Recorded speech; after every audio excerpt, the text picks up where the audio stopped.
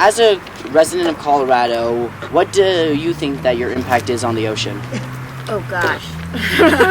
These are supposed to be easy questions. I think being in a more landlocked area, we don't think about it much, but anything that we do causes an issue. So there's runoff between what we're putting into the water here that gets into the watersheds, as well as just debris and things like that, which is why it's cool that Boulder's gone bag-free. It's hard to feel that connection being so landlocked in Colorado, but we would consider that our lifestyle would affect the ocean in that how we treat the rivers and trying to reduce our waste. I think it's very high.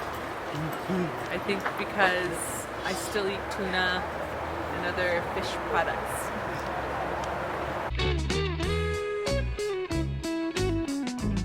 We are middle school students from Boulder, Colorado. The interviews you just saw are average Boulderites answering how they think Colorado affects the ocean. We have learned a lot while trying to answer these questions ourselves, and in this video we hope to raise awareness about how we can all help conserve ocean habitats. When you think of issues facing the ocean, landlocked states like Colorado don't immediately come to mind. You think of ships or crowded beaches or oil spills. Places like Boulder, Colorado seem far away from all that. However, Coloradans affect the ocean in many important ways. Colorado's creeks and rivers are highways for transporting waste to the ocean. Most of the trash in the ocean is made up of plastic. Our society is built on plastic. Plastic bottles, plastic bags, plastic toys, and that's not even all. There's even plastic in our toothpaste, and our face wash, and in our jackets too. And thousands of other products that we use and throw away all the time without knowing how much of a negative impact they can have.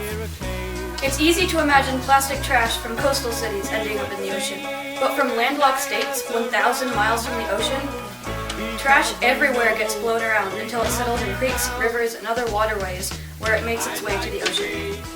Once it reaches the ocean, plastic wreaks havoc on wildlife. Eventually, plastic is battered by the sun and waves, broken down into tiny pieces. These tiny pieces are not only impossible to clean up, but they look a lot like food to birds and fish, so plastic ends up in the stomach of seabirds and fish. And that is how the plastic and its absorbed toxins make their way back up to us. Bioaccumulation is the process by which the toxins go from the fish to us. Being at the top of the food chain, we humans are affected the most by bioaccumulation. When we eat salmon, tuna, and swordfish that have eaten so many other contaminated fish, the chemicals have become concentrated enough to cause cancers and other diseases in us. What can we do about plastic? Maybe if we just picked one thing to eradicate, what would make the most difference? Americans use and dispose of 100 billion plastic shopping bags each year, and plastic grocery bags are the most common form of ocean trash. In 132 cities that have banned or taxed plastic bags, including Chicago, Austin, Los Angeles, Seattle, and Boulder, Colorado, a small fee, like 5 or 10 cents, has reduced their usage by an entire 70%.